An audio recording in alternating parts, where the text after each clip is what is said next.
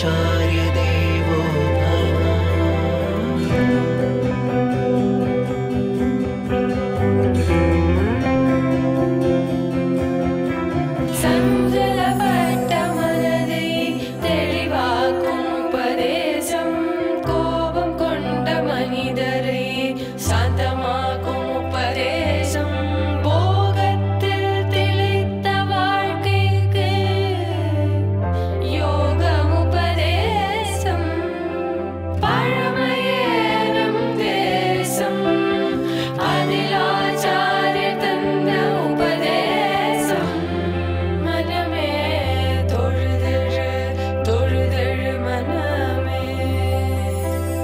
मातृदेवो भव पितृदेवो भव आचार्य देवो भव.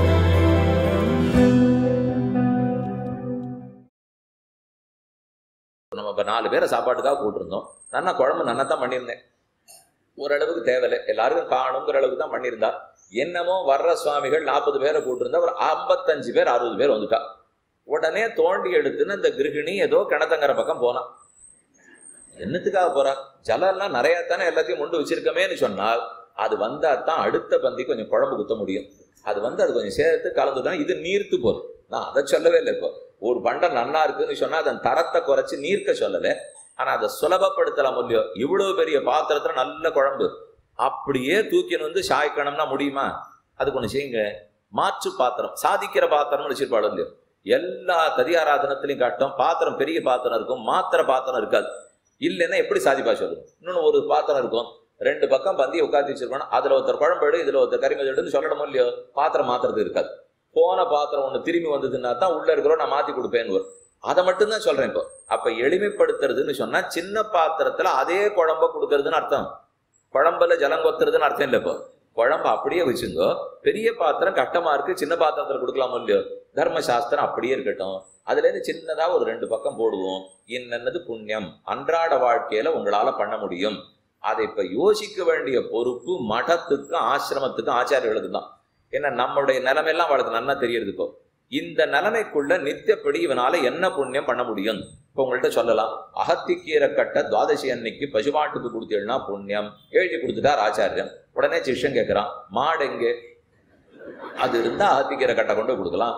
மாட்டே காண எங்க? இப்ப மாடை வீடுக்கு முன்னாடி கொண்டுறாளா? யாராவது பால் கறந்து கொடுக்குறாளா? ஒன்றும் இல்லையே. இப்போ அப்ப அகத்திக்கீரை எங்கோ பெரிய இருக்கிற ஒரு இது பாப்பா மால் செய்கின்ற மால் ஆர் காண்பாரேன்னு பார்த்தோமோ இல்லையோ. அதை போல எங்க பார்த்தாலும் இப்ப இருக்கிறது மால். நான் சொன்னது திருமால். அவர்கிட்ட போனோம்னா அங்க போய் அகத்துக்கீரை கட்டை வாங்கிட்டு அதை கொண்டு போய் கொடுக்கணும்னா இங்க அதுவும் இல்லையே. கீரை எங்க கிடைக்கிறது தெரியல, மாடு எங்க கிடைக்கிறது தெரியல. அப்ப இதெல்லாம் கட்டமா இருக்கு. இதுதான் நிலைமை. இந்த நிலைமை முதல்ல ஒத்துப்போம். இப்ப இந்த நிலைமைக்கு குந்தகம் வராதபடிக்கு சாஸ்திரத்தை எப்படி கொண்டு சேர்க்கறது, இதை யோசிக்கிறது தான் இன்னைக்கு எந்த வித்வானுக்கும் வேலையா இருக்கணும். ஆனா அந்த வேலை இன்னும் ஆரம்பிக்கப்படவே இல்லை. அப்படி இருந்ததுன்னா கொஞ்சம் இந்த கலிகாலத்துக்கு நன்னா இருக்கும். ஏன்னா அதெல்லாம் கட்டமான விஷயமா இருக்கு, சாஸ்திரத்துக்குள்ள ஒளிஞ்சின்னு இருக்கு. அதை தெரிஞ்சவா நிறைய பேர் இருக்கா. ஆனா அதை தெரிந்தவர்கள் தாங்கள் வித்வத் சதஸ் கூட்டி அவர்களுக்குள்ள பேசினுட்டு அங்க நம்ம உட்காண்டிருந்தோம்னா ஆனாவன்னா கூட தெரியாது. அவ பேசுற வேகத்துக்கும் சம்ஸ்கிருதத்துக்கும் மற்ற பாஷைக்கும் மீமாம்சை பேசுறா, வியாக்கரணம் பேசுறா, நியாயம் பேசுறா, நன்னா பேசுறா. சாமி எங்களுக்கு ஒன்றும் புரியுது. ஏதோ அது வேதவியாசரும் பாணினியும் பேசிட்டா போல் இருக்கு. அவர்களை பார்த்து நம்ம கிட்ட போக முடியுமா? அப்படி இல்லாமல் அதெல்லாத்தையும் கொஞ்சம் எளிமைப்படுத்தி இந்தாங்கோ சின்ன சின்னதா இன்னென்ன பாவம் பண்ணாதீங்க, இன்னென்ன புண்ணியத்தை பண்ணுங்க. இதை நம்ம பண்ண என்னாகும், நமக்கே அந்த புஸ்தகத்தை படிக்கிற அளவு சக்தி வந்துடுறது. இப்ப அந்த புஸ்தகத்தை படிக்கிறது சக்தி ஏன் வரலன்னா அந்த பாவத்தை தவிர்த்து புண்ணியத்தை பண்ணவே இல்லையே. பண்ணினாத்தானே அதுகிட்ட நம்ம பாவம் ஏறியும் புண்ணியத்துக்கிட்ட போக முடியும். அதனால நீங்களும் கொஞ்சம் யோசிங்க. சின்ன சின்னதா ஏதான அன்றாட வாழ்க்கையில ஆரம்பிக்கிறதுக்கு முடியுமா? அதுதான் இனிமே கோவில்கள் எல்லாம் புஸ்தகம் போட்டு கொடுக்கணும். அதுக்கு தான் கோவில்கள்ல வகுப்பு எடுக்கணும். நீ எந்த கோவில்ல வந்தா ஸ்லோகம் சொல்லி கொடுத்துடுறோம். வாஸ்தவம் ஸ்லோகத்தை சொன்னா என்ன தெரியும் சொல்லலாம், அதனால ஏற்படுற நன்மை இருக்குமே தவிர ஸ்லோகத்தை சொல்லிருக்கிறதுக்கு வாசல்ல வரைச்சே கைகால் அலமெண்டு வரணும்னே சொல்லலைன்னா வந்து உட்காந்து ஸ்லோகம் சொன்னா எங்க எந்தெந்த தீட்டோட வந்தோம்னா அது சொன்ன பயனே படுமே. அப்ப அதற்கு ஆச்சாரம் வகைமுறைகள் இருக்கு, அனுஷ்டானம் இருக்கு. இது பண்ணாதான் இந்த சனாதன தர்மம் அத்தோட தான் நாம இருக்கணும். அதே மாதிரி இப்போ பாகவத பச்சாரம் பொறுக்க மாட்டான்னு சொல்லிட்ட இல்லையோ. அது என்ன பாகவத பச்சாரம்னா என்னன்னால் ஒன்ன சொல்றார் புலலோகாச்சாரியர் எழுதும்போது, அது அவர்கள் பக்கல் ஜன்ம நிரூபணம். ஜன்ம நிரூபணம்னு சொன்னால் பிறவி இன்னதுன்னு பார்த்து தாழ்ந்த பிறவின்னு எள்ளி நகையாடுவது. ஒரு பாகவதனா இருக்கார், அவர் என்ன பிறவி, பிராமணரா, சத்திரியரா, வைசியரா, 4வது வர்ணத்தவரா, என்னவா பிறந்திருக்கார், அதுக்கு தகுந்த மாதிரி அவரை நான் பக்தனா ஒத்துக்கிறேன்னு பேச போனால் அப்ப அது பெரிய பாகவத அபச்சாரம் ஆகிறது. இது எதுக்கு சமமான அபச்சாரம் ஆகும்னால், பெருமானுடைய திருமேனி வெள்ளியா தங்கமானு பேசினால் என்ன குற்றமோ, ஒரு பக்தனுடைய பாடல்கள் தமிழ்ல இருக்கா சம்ஸ்கிருதத்தில் இருக்கா தெலுங்குல இருக்கான்னு சொன்னால் என்ன குற்றமோ. இப்ப சம்ஸ்கிருத பாடல்கள்னா ரொம்ப வசந்தது, ஆனா தமிழ் பாசுரங்கள்னா 2ஆம் பட்சம்னு சொன்னால் அப்ப அதுல நம்ம பாஷா ஆராய்ச்சி பண்ணிட்டோம்னு அர்த்தம். பெருமாள் திருமேனி என்னதுன்னு பார்த்தால் திரவியத்திலே லோகத்துல ஆராய்ச்சி பண்ணிட்டோம்னு அர்த்தம். அத போல பாகவதனுடைய பிறப்பு என்னதுன்னு பார்த்தால் அதுலேயே ஆராய்ச்சி பண்ணிட்டோம்னு அர்த்தம். இந்த 3ம் கடும் பாபங்கள். இதுதான் பாகவத அபச்சாரம்ங்கிறத வராக பெருமாள் நினைச்சு. எத்தனையோ அபச்சாரம், அதுல இது ஒரு அபச்சாரம்னு வச்சுங்களேன், எத்தனையோ இருக்கிறச்சே. தாழ்ந்த சாதியில பிறந்துட்டார், ஆச்சாரம் இல்லை, ஞானம் இல்லை, அனுஷ்டானம் இல்லை, அதனால மற்றபடி குணசாலி. என்ன ஒண்ணு பெரிய ஆச்சாரம் அவர்கிட்ட இல்லை, பெரிய ஞானம்லாம் இல்லை, ஆனா அந்த குணத்தை பார்க்காமல், அவன் பக்தங்கிற பக்தியை பார்க்காமல் அவனை பத்தி நம்ம பரிகாசம் பண்றோம், தப்பா நினைச்சுக்கிறோம், முகம் சுழிக்கிறோம்னு இருந்தால் இது பெரும் பாகவத அபச்சாரம். இதை கூடாதுன்னு புரிய வச்சாகணும் இல்லையோ. அந்த பாகவதர்கள்ல ஒருத்தன் தான் குஹன்னு புரிஞ்சு போச்சு, அதுல ஒருத்தன் தான் சுக்ரீவன்னு தெரிஞ்சுடுத்து, அதுல ஒருத்தன் தான் விபீஷணன்னு தெரிஞ்சுட்டார். அவர்களோட ராமன் எப்படி பழகிறார் பாருங்க. நீ பாகவதன் அப்படின்னு தான் அவர் பார்த்தாரே தவிர நீ வேடனா பிறந்தேன்னு பார்த்தாரா, சபரிய வேடு வச்சின்னு பார்த்தாரா, ஹனுமான சுக்ரீவனை குரங்குன்னு பார்த்தாரா? ஆரையும் அப்படி சொல்லலையே. ஏன்? கண்ணுக்கு நேர பிராட்டிய பிரித்த பாபி ராவணன் தம்பி விபீஷணன், அவனையும் தள்ளுபடியப்படலையே.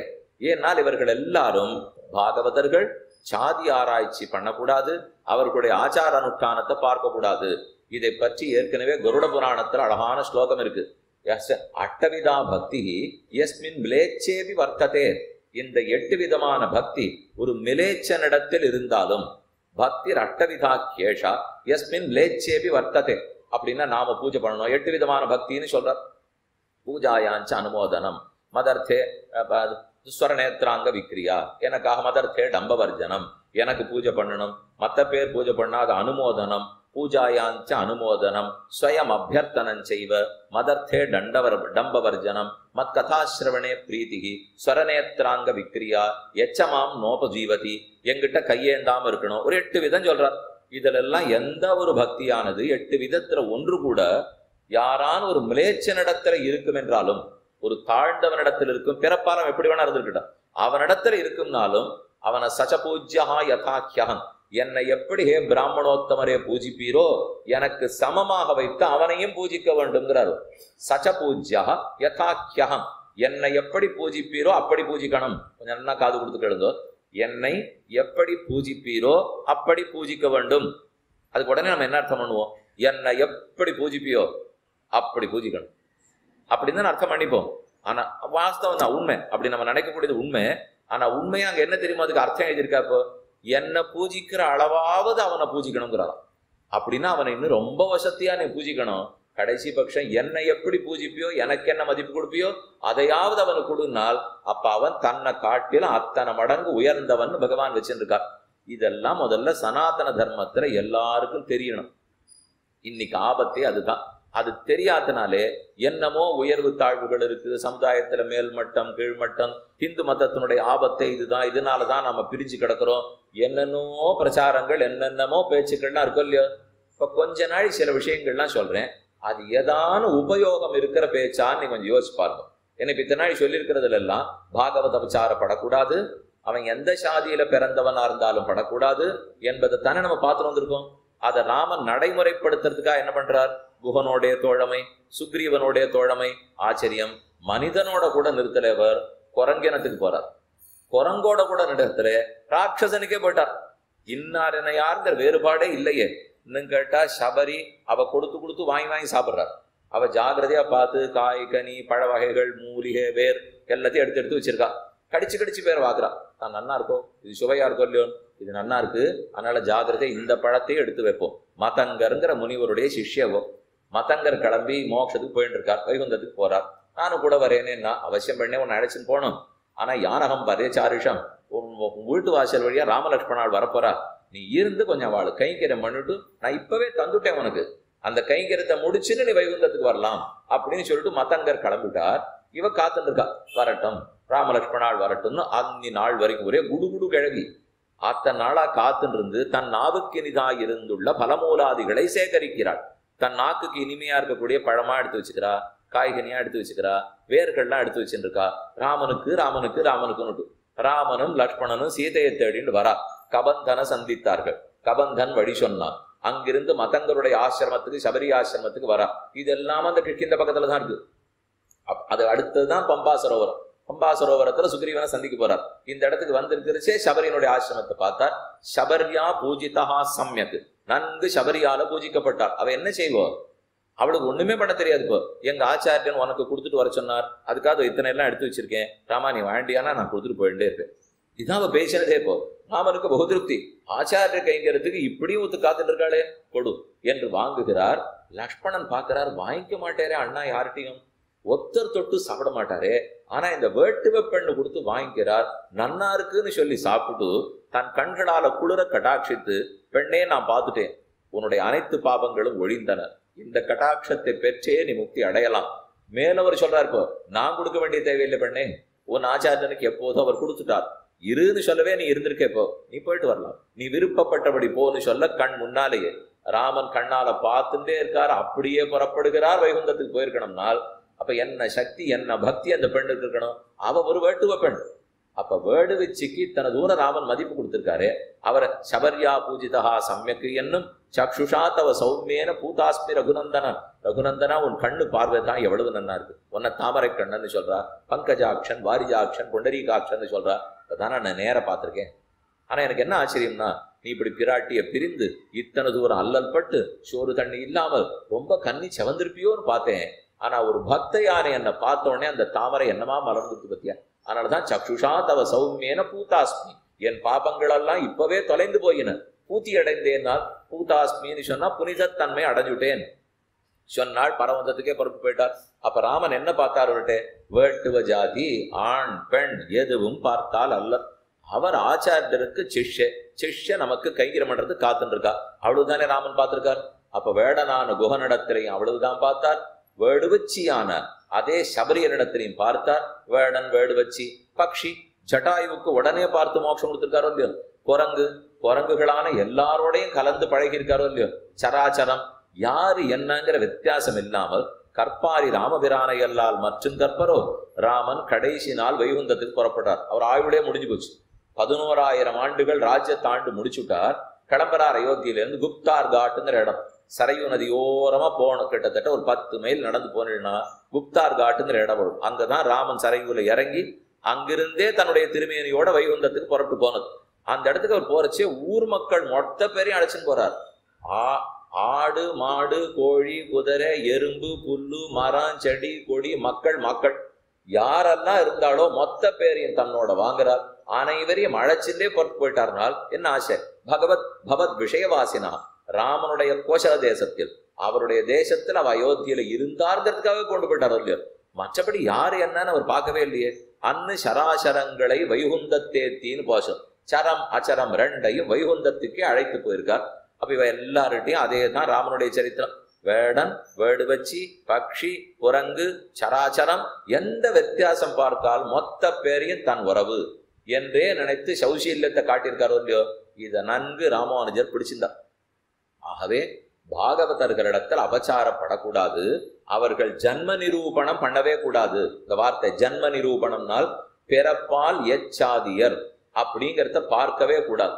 ஏன் கூடாதுன்னு நம்மாழ்வார் தன் பாசுரத்துல சொல்றார். குலந்தாங்கு சாதிகள் நாளிலும் கீழிழிந்த எத்தனை நலந்தானில்லாத சண்டாளர்கள் ஆகிலும் குலந்தாங்கு சாதிகள் நாளிலும் கீழிழிந்த.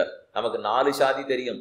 ஆனா அதுக்கு மேல சொல்றார் ஆழ்வார், 5ஆ இருக்கட்டும் 6ஆ இருக்கட்டும் 7ஆ இருக்கட்டும் எதுவாக இருந்தாலும் அவனுக்கு ஞானத்தை கொடுக்கலாம், ஞானத்தை பெற்றுக்கொள்ள வேண்டும். இதுல உயர்வு தாழ்வு பார்க்கவே கூடாது. இன்னும் கேட்டால் பிராமணனா பிறந்ததுக்கா தேவையற்ற ஆணவம் இருக்கும். நான் சாஸ்திரம் படிப்பேன், எனக்கு உபாயம் தெரியும், உபாசனம் தெரியும், மோட்சத்துக்கு போறதுக்கு எனக்கு தனி சக்தி இருக்கு, தேவையற்ற செருக்கு வரும். அந்த செருக்கே சம்சார படிகுழியில் தள்ளும். ஆனா அந்த பிராமணனா ஒருத்தர் பிறக்கலேன்னு சொன்னா அந்த செருக்கு வராது. ஏன்னா உள்ளூர ஒரு பயம் இருக்கும், நமக்கு அதுக்கெல்லாம் யோக்கியதை இல்லையே, அருகதை இல்லையே, எப்படி மோட்சம் போவோமோ அப்படின்னு பதறானோ இல்லையோ. அந்த பதற்றம் பகவானுக்கு ரொம்ப பிடிக்கிறது. அந்த பதற்றம் பிராமணனுக்கு வந்தா தான் மோட்சமா முடியும். ஆனா அந்த பதற்றம் பிராமணன் அல்லாதவனுக்கு இயற்கையிலே இருக்குமோ இல்லையோ. அந்த செருக்குங்கிறதே தப்பான குணம்ங்கிறது உண்மை. அந்த செருக்குங்கிறது தப்பு, அது தோஷம்தான் வச்சுங்க.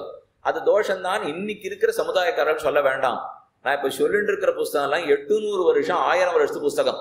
அப்ப அவ என்ன எழுதி வச்சு, ஏன் 5000 வருஷத்து பாட்டு நம்மாழ்வாருது. அவர் வேளாளரா அவதரிச்சவர் 5000 வருஷத்துக்கு முன்னாடி. அவர் கலியுகம் பிறந்த 42வது நாள் அவதரித்தார். இன்னைக்கு கலியுகம் ஆரம்பிச்சு 5118 வருஷம் முடிஞ்சு போச்சு. அப்ப எழுதியிருக்காரு, நான் நல்ல வேளை பிராமணன் நான் பிறக்கல, அதனால எனக்கு அந்த செருக்கு இருக்கவே போறது இல்லை. அப்ப அவன் பிறந்தவனுக்கு அந்த ஆபத்து இருக்குன்றார். ஆரூட பதித்தனாகையாலே அப்படின்னு சிவஜன்மோகனத்துல சொல்றார். ஒரு 22 படி ஏறிட்டேன், கால் தடிக்கித்து, தட தடான்னு கீழே விழறேன், அடி எவ்வளவு படும். 2 படி ஏறினேன், கால் தடிக்கித்து, கீழே விழுந்தேன், அடி எவ்வளவு படும். ஆரூட பதித்தன்னா உயர ஏறி கீழே விழுந்தவனா இருந்தா அடி அதிகமா படும். அதை போல இவன் பிராமணன் சாஸ்திர அபியாசம் பண்ணே, பக்தி யோகம், நிஷ்டம், உபாசனம் இது இத்தனையும் சொல்லிட்டு பாகவத அபச்சாரப்பட்டான்னா விழுந்த அடி பலமா படும். அதே இப்ப இதெல்லாம் ஏறவே இல்லை, இன்னொருத்தர் சட்டுன்னு கீழே விழுந்தாருன்னா அடி பலமா படவே படாது. இதுல இருந்தே வித்தியாசத்தை புரிஞ்சுக்கணும்னு என்னைக்கோ எழுதி வச்சிருக்கா. அதனால இன்னைக்கு புதுசா எந்த தர்மத்திலையும் ஒரு ஆபத்து இல்லவே இல்லை. இப்போ இதெல்லாம் தெளிவா பார்த்து தான் அன்னைக்கே பெரியவர்கள் எழுதியிருக்கா. அதனால எதனால நம்ம வித்தியாசப்படுத்தலாம்? பிறப்பாலோ வளர்ப்பாலோ படிப்பாலோ பணத்தாலோ அல்ல, பக்தி உள்ளவனா இல்லாதவனா, இதைத்தான் நம்ம வேறுபாடு பார்க்கணுங்கிறது ராமானுஜருடைய ரொம்ப முக்கியமான கொள்கை. அதனாலதான் அவர் எல்லாருக்கும் பஞ்சசம்ஸ்காரம் உண்டுன்னார், அத்தனை பேரும் மோட்சத்துக்கு போலான்கிறார். ஆரையும் கூப்பிட்டு திருக்குலத்தார், இவர்கள்லாம் ஹரிதாசர்கள், ஹரிபக்தர்கள், திருக்குலத்தார்னு வச்சதோ, எல்லாருக்கும் திருமந்திரந்தோயன் சரமஸ்லோகம் பஞ்சசம்ஸ்காரம் பண்ணலான்னு சொன்னதோ, இதெல்லாம் என்னமா அவரால் சாத்தியமாச்சு? ஏன்னா அவருக்கு முன் ஆச்சாரம் வரைக்கும் பண்ண முடியல. அவர்கள் வரைக்கும் அந்த கட்டுப்பாட்டை அவ மாத்திக்கவே இல்லை, அதன்படிக்கே போயிருது. ஆனா இவர் மாத்திரத்துக்கு துணிஞ்சுட்டாரேனால் நேர ராமன் எப்படி நடத்தினார்னு பார்த்துட்டா தாண்டிட்டாரே. அவர் என்ன பிராமணர் வசிஷ்டர் இடத்துல மட்டும் பேசுவேன், விஸ்வாமித்திரத்துல மட்டும் பேசுவேன்னு சொன்னார். குகன் இடத்துல போயிட்டார், சுக்ரீவன் இடத்துல போயிட்டார், ராட்சதன் இடத்துல போறார் அப்படின்னு சொன்னா அவர் உள்ள இதுலதான் நாடுறது. இந்த செய்தி தெரிஞ்சின்றதுதான் ராமானுஜருடைய ரொம்ப முக்கியமான சாதனைன்னு சொல்ல வேண்டும். ஓ, இதுதான் ராமனுடைய திருவுள்ளமா இருக்கு, அப்ப நாம அதை புரிஞ்சுக்கணும். வருங்காலத்துக்கு கலியுகத்துக்கு இதுதான் ஏற்றதாகவும் இருக்க போகிறது. என்ன இந்த யுகத்துக்குன்னு தெரிஞ்சுன்னு நடக்க வேண்டியது ஏற்றதா இருக்கணும்னா இப்படி தானுடும். இப்போ பொதுவானா வெளியில எல்லாம் என்ன சத்தம் கேட்கறது? இப்போ சரியாவே சாதிகள்னால ரொம்ப தாழ்ந்துருக்கு, இது உயர்வு தாழ்வு ரொம்ப பாக்குறா, எல்லாரையும் கெடுத்துட்டா, இதெல்லாம் சொல்லணும். இப்போ அதெல்லாம் தெரியாது சொன்னது. ஆனா இன்னொன்னு, இந்த மாதிரி சில அநியாயங்கள்லாம் நடந்திருக்கு சமுதாயத்துல, நடக்கலன்னு அடிய சொல்லல. ஆனா நடந்ததுன்னு சொன்னா அவ நம்ம ஆச்சாரியனுடைய உள்ளம் புரியாத பண்ணிருக்காருன்னு அர்த்தம். பகவானுடைய உள்ளத்தை புரிஞ்சிக்கலே, ஆச்சாரியன் உள்ளத்தை புரிஞ்சிக்காத பிராமணனாக இருந்தால் தப்பா தான் நடக்கிறான். அது தப்பு, அதை யாருக்கு சரின்னு வாதாட வரவே இல்லை. ஆனா அதுக்குன்னு வேதமே இந்த பிரிவினைவாதத்தை தான் பேசியிருக்கு, உயர்வு தாழ்வு பேசியிருக்குன்னு சொல்றத தப்புங்கிற. வேதமோ வேதாந்தமோ பகவானோ அதுக்கு நிற்கவே இல்லை. அவ தெளிவா தான் தங்களுடைய நிலைப்பாட்டை விளக்கியிருக்கா. ஆனா அதை புரிஞ்சிக்காத ஒரு சிலர் தப்பாக நடக்க போக அவர்கள் நடந்ததை வச்சிருந்து இதை போல சாதி இருக்கு கொள்கை இருக்குங்கிற பேச்சு வந்துடுது. அப்ப நாமான்னு இன்னைக்கு ஒழுங்கா புரிஞ்சுக்கணும். புரிஞ்சுக்க வேண்டியது எப்பவுமே சரியா புரிஞ்சுட்டோம்னால் சமுதாயத்துல எந்த குழப்பமோ ஆபத்தோ வரவே வராது. அதனாலதான் ஆழ்வார் சொன்னது, குலந்தாங்கு சாதிகள் நாளிலும் கீழிழிந்த எத்தனை நலந்தானில்லாத சண்டாள சண்டாளர்கள் ஆகிலும். யாரா இருந்தாலும் வலந்தாங்கு சக்கரத்தண்ணல் மணிவண்ணர் கால் என்று உள்கலந்தார். அவனை நான் வெறுமை என் சுவாமின்னு சொல்லல, போய் நண்பன்னு சொல்லல. அடியாரடியார் தம்மடியாரடியார் தமக்கடியாரடியார் தம்மடியாரடியார் தம்மடியார் அடியோங்களே. அப்படிப்பட்டவனுக்கு நான் தாசனுக்கு தாசனுக்கு தாசனுக்கு தாசனுக்கு தாசன், 7வது தலைமுறை தாசனா இருப்பேங்கிறார். யாரை பத்தி சொல்லுகிறார்? யாரு வசிஷ்டரை பத்தி சொல்லல, விஸ்வாமித்திரர் வாமதேவரை சொல்லல. இப்போ அது யாராவனா இருக்கட்டும், ஆனா பகவானிடத்துல பக்தன் இருந்திருந்தால் அவன் எத்தனை தாழ்ந்தவனா இருந்தாலும் ஏற்பேங்கிற பாசனம் இல்லையோ. இப்ப குகனை பத்தி பார்ப்போம். அபிப்பிராயங்களை சொல்லிட்டேன். ராமனிடத்துல இருந்து தெரிஞ்சுக்க வேண்டியது, சாதி வேறுபாடு பார்க்காமல் பக்தியில வேறுபாட்டைத்தான் பார்க்க வேண்டும். ஒருத்தன் பக்தன் இருந்தால் அவனோட 2.5 நீர் போல் கலக்க வேண்டும். அதைத்தான் சௌசீல்யம்ங்கிற குணங்கிறத இன்னைக்கு விஷயமா நம்ம பார்க்க போறோம். இனிமே ராமானுஜர் அதை எப்படி 2.5 கலந்தாருங்கிறத அப்புறம் சொல்றேன். முதல்ல இந்த பாட்டை பார்ப்போம். உகந்து தோழன் நீ, பெரியாழ்வார் திருமொழியில் 3ஆம் 10 கடைசி திருமொழி. ஹனுமான் சீதையை இலங்கையில் லங்கையில போய் சந்திக்கிறார். அவரிடத்துல எல்லா விஷயங்களையும் சொல்றார். அப்ப அவ கவனத்தை ஈர்க்கணும் இல்லையோ. ராமனை நீ பார்த்தேங்கிறதுக்கு அடையாளம் சொல்லுங்கிற அவள். ஆரம்பிக்கச்சே ராமன் எப்படி இருப்பார்? ஹனுமன் அடையாளம் சொல்லுனால் அவர் நிஜமாவே தலையில கை வச்சுன்னு உட்காந்துட்டார். நீ எதை பத்தி பேச ஆரம்பிச்சா நாக்கே ஓடாதோ சீதே, அதை பத்தி பேசின்னு சொல்லியிருக்கே. படியெடுத்து உரைத்து காட்டும் படித்தென்று அவன் படிவன். இப்படிதான் ராமன் இருப்பார், தாமரை கண்ணன் நான் சொல்ல வருவேன். உடனே ஊர்ல இருக்கிற எல்லா பூவும் என்னோட சண்டைக்கு வந்துடும். எல்லா புலவர்களுக்கு என்ன ஓர வஞ்சனை, தாமரையே தான் சொல்லணுமா? எங்களெல்லாம் கண்ணுக்கு நிகரா சொல்லக்கூடாதா? அது என்ன நீங்க மட்டும் சொல்றது? கண்ணன் புல்லாங்குழல் ஊதுறார், எதை வைத்துக்கொண்டு? மூங்கில வைத்துக்கொண்டு. ராமன் கையில வில்லு வச்சுருக்கார், எதை வச்சுண்டு? மூங்கில வச்சுண்டு. மற்றபடிக்கு தேக்கு மரத்திலிருந்து எல்லா மரத்துக்கும் ஒரே கோவம். சாமி, இந்த மூங்கிலுக்கு மட்டும் என்ன ஓர வஞ்சனை இந்த பெருமாளுக்கு? ராமனா இருந்தாலும் கையில அதைத்தான் வச்சுக்கிறார், கண்ணனா இருந்தாலும் அதைத்தான் வச்சுக்கிறார். நாங்கள்லாம் என்ன தப்பு பண்ணோம் இப்போ? ஏன் ஒவ்வொரு மரத்தை ஒவ்வொரு அவதாரத்துல வச்சுக்கூடாது? வராக அவதாரத்துக்கு ஒரு மரம், பலராம அவதாரத்துக்கு ஒரு மரம், ராமாவதாரத்துக்குன்னா வச்சுக்க மாட்டேங்கிறார். ஏனோ அதான் பிடிச்சிருக்குனால் அப்ப அந்த இடத்துல அவர்களுக்கு ஏதோ எண்ணம் போயிருக்குன்னு வச்சுக்க வேண்டியதுதான். அது மாதிரி பாசுரம். அப்ப அடையாளம் சொல்லணும் இல்லையோ? அவ்வளவு அழகா இருக்கார் ராமன். அதனால என்னால சொல்ல முடியாது. வியாக்கரணம் பேசுன்னா 9 நாள் பேசுவேன், மீமாம்சையை சொல்லுன்னா 10 நாள் பேசுவேன், நியாயசாஸ்திரம் பேசுன்னா 12 நாள் பேசுறேன். ஆனா நீ திடீர்னு ராமனுடைய அழக வர்ணிப்பாய்னு சொல்லிட்டே எப்படி சொல்லுவேன்னு தெரியலையே, சொல்லலைன்னா நீ நம்ப மாட்டியே, தேவி சொல்றேன் அப்படின்னுட்டு ஒவ்வொரு பாட்டா ஒவ்வொரு அடையாளம் சொல்லிட்டு இருக்கார். இன்னாரோட இப்படி பழகினாரு, இன்னாரோட இப்படி கை கோத்துண்டாரு, இன்னவரிடத்துல இப்படி அன்பை சுரந்தாரு. இவர் தானே உங்க ராமன், இவர் தானே உன் ராமன், இவர் தானே உன் ராமன். சீதை ஒவ்வொன்னா கேட்டுக்கிறா. இந்த குணம் என் ராமனை தவிர யார்கிட்ட இருக்கும்? அவர்கிட்ட மட்டும்தானே. அவளுக்கு அப்படியே கண்கள்லாம் செவந்து போறது, கண்ணமெல்லாம் வெட்கத்துல ஒரே சகப்பா படுறது. இப்போ திருமேனி முழுக்க புலகித காத்திரையா அப்படியே மயிர்கூச்சரிகளோட இருக்கா. ஒரு நிமிஷம் அழறா, ஒரு நிமிஷம் சிரிக்கிறா. இவர் ஒவ்வொன்னா சொல்றாரு, இப்போ இதுதானே ராமனுக்கு அடையாளம், இதுதானே ராமனுக்கு அடையாளம்ட்டு சொல்ல சொல்ல ஆமா ஆமா இவர் தான் ராமன், இவர் தான் ராமன். ஏன்னா அந்த அடையாளம் வேற யார்கிட்டையும் ஜெகத்தில் இருக்காது, ஒரு ஒத்தர் இடத்துல தான் இருக்கும். இப்போ ஒண்ணு சொல்லேன்னு கேளுங்களேன். ஆறால் இலங்கை ஆளால் இலங்கை பொடி பொடியா விழுந்தது, மற்றாராலே கல்மாலி காத்ததுதான், அழிநீராரால் கடைந்திடப்பட்டது. இதெல்லாம் திருவங்கையாழ்வாருடைய பாஷம். யாரு சமுத்திரத்தை கடைந்தார்களோ அவர் தானே உன் பர்த்தா. 6 சமுத்திரம் கடைய போறா, ஒருத்தர் தான் கடைஞ்சிருக்க முடியும். யாரு கோவர்தனோத்தரணம் பண்ணி பசு நிறைகளை காத்தாரோ அவர் தானே. 6 ஊழி முதல்வன் ஜெகத்தே சிருஷ்டித்தாரோ அவர் தானே. 6 கல்லாலே வில்லாலே கொண்டு கடலை அடைத்தாரோ அவர் தானே. பேரே சொல்ல வேண்டாம், வெறுமை இப்படியே சுரண்டே இருந்தா போருமே. 2 திருவடிகளாலே 2 அடியாலே யார் உலகத்தை அளந்தாரோ, யார் ஒருத்தர் கோரைப்பற்களாலே உலகத்தையே தூக்கி நிறுத்தினாரோனாலே ஒவ்வொன்னு ராமனுக்கு அடையாளம் இல்லையா? அப்படியேதான் ஒவ்வொரு பாட்டா சொல்லிட்டு வர்றார். அதுல ஒரு பாட்டு இப்ப நம்ம பார்க்க வேண்டியது. வாரணிந்த முலமடவாய் வைதேவி விண்ணப்பம் தேரணிந்த அயோத்தியர் ஓன் பெருந்தேவி கேட்டருளாய். வாரணிந்த முலமடவாய், அழகான கச்சு கட்டி கொண்டிருக்கிற திருமாவு படைத்தவளே. வைதேவி விண்ணப்பம், வைதேகி விதேகராஜனுக்கு குமாரத்தையே சீதையே அடிவீழ்ச்சி விண்ணப்பம், கை கூப்பிட்டு சொல்றேன். தேரணிந்த அயோத்தியர் ஓன் பெருந்தேவி கேட்டருளாய்.